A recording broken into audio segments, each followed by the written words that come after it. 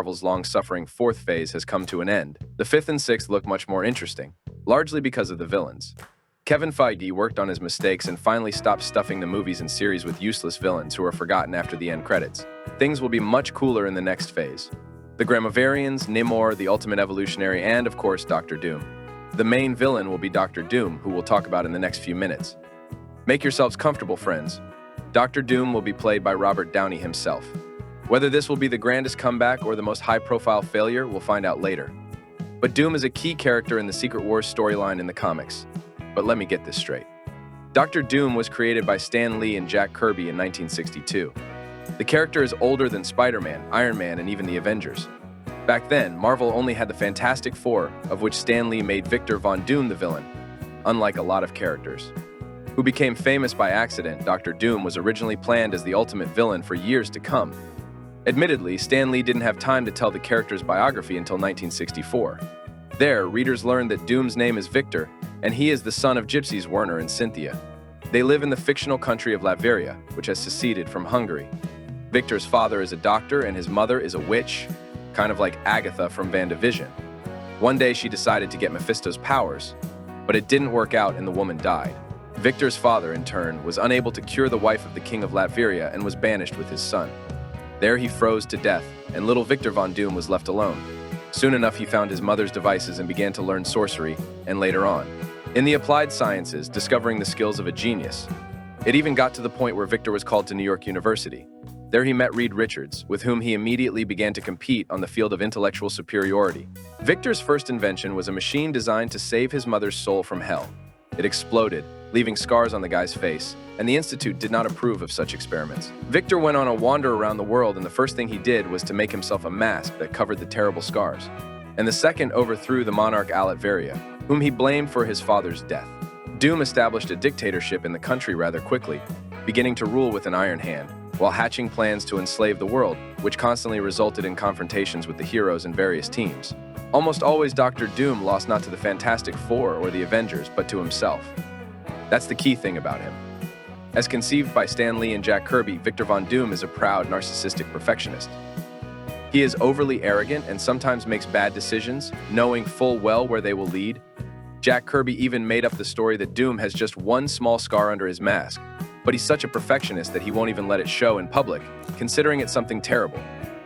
Victor's character quirks in the comics constantly led to him occasionally appearing as a neutral character, and sometimes even a hero.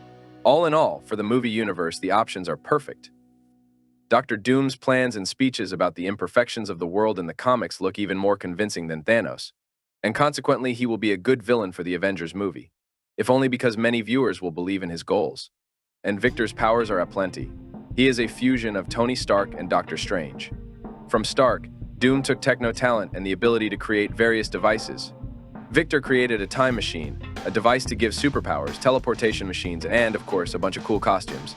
The most popular are dumb bots, exact copies of Victor himself, which serve as his personal army, and in case of danger they teleport to his place to accept death instead of their master.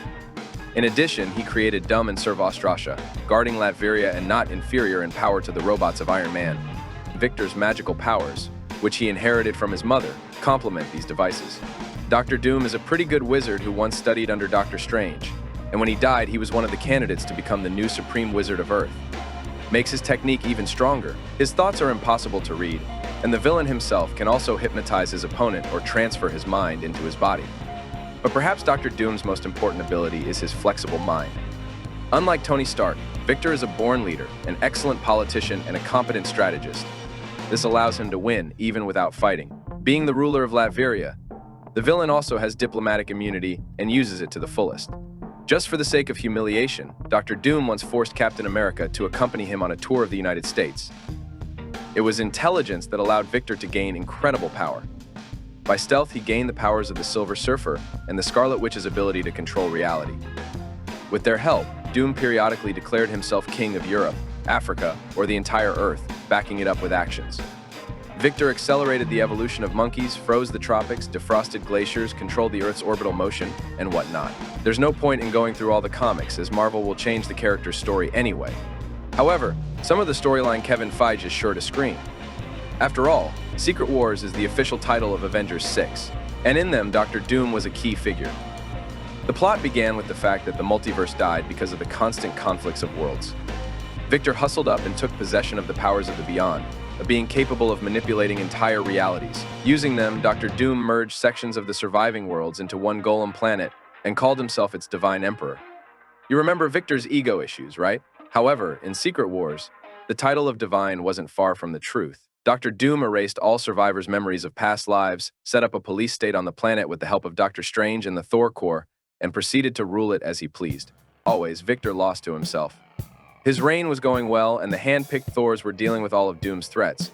But Victor considered himself unworthy, and because of this he gave a slack, at the decisive moment giving Reed Richards and other awakened characters the opportunity to win. After that, Reed Richards took his abilities, restored the multiverse, and sent Doom to Latvia for a vacation. After that, by the way, Victor became kind and decided to protect the Earth as fiercely as he once wished to destroy it. Dr. Doom even became an official Iron Man after the Second Civil War, but that's another story. Ours is where such a villain could be fitted into the movie universe. The answer is really simple: Latvia. Kevin does not hesitate to introduce new states and organize another one, and the problems will not be. Moreover, in one episode of Moon Knight, Mark Spector woke up in an Eastern European country with a notable castle in the background. Many have logically speculated that perhaps this was the first glimpse of Dr. Doom's kingdom in the cinematic universe. Also in Doctor Strange 2, Reed Richards used Dr. Doom's teleportation technology, and we can say that Marvel has already started working on introducing the villain into the movie universe. His story can be left the same, no discrepancies in the plot will be introduced. Moreover, Dr. Doom can be presented as an adult and already formed villain who is in the shadow of all the events of the cinematic universe. For example, he could be the Boss Valentine from the Falcon and Winter Soldier series. She, as we remember, creates the Thunderbirds, and it is possible that this team will be used by Dr. Doom to his advantage. It's also possible that the whole war between Wakanda and Namor in Black Panther 2 is also Doom's fault, who benefits from weakening the rival countries on the one hand, and on the other hand to get vibranium, because of which in the comics he sent Latvia to war with Wakanda. In general, there is a lot of space. Victor's murky and mysterious personality allows us not to reinvent the wheel. The premiere of Avengers Judgment Day will take place in 2 years, in May 2026. Secret Wars itself will be released in 2027. That leaves Marvel with less than 2 years to build the plots of the two movies. Finally, normally show the multiverse, destroy it, introduce the Fantastic Four, introduce Dr. Doom, show him with an average role, give abilities and make him a villain of Thanos level, and all of that in a year and a half. With Thanos, if anything, Marvel was working for 6 whole years before Infinity War. And that's even though the Avengers were already out. Now there are no Avengers, no Fantastic Four, no X-Men. During which time there aren't even any good movies. There's Blade, Thunderbirds, and the Captain America reboot. It's kind of lame, to be honest. Especially if you think back to previous years, where we were led to Infinity War by Age of Ultron, Civil War, and Ragnarok. Thick blockbuster movies that were crossover movies in their own right.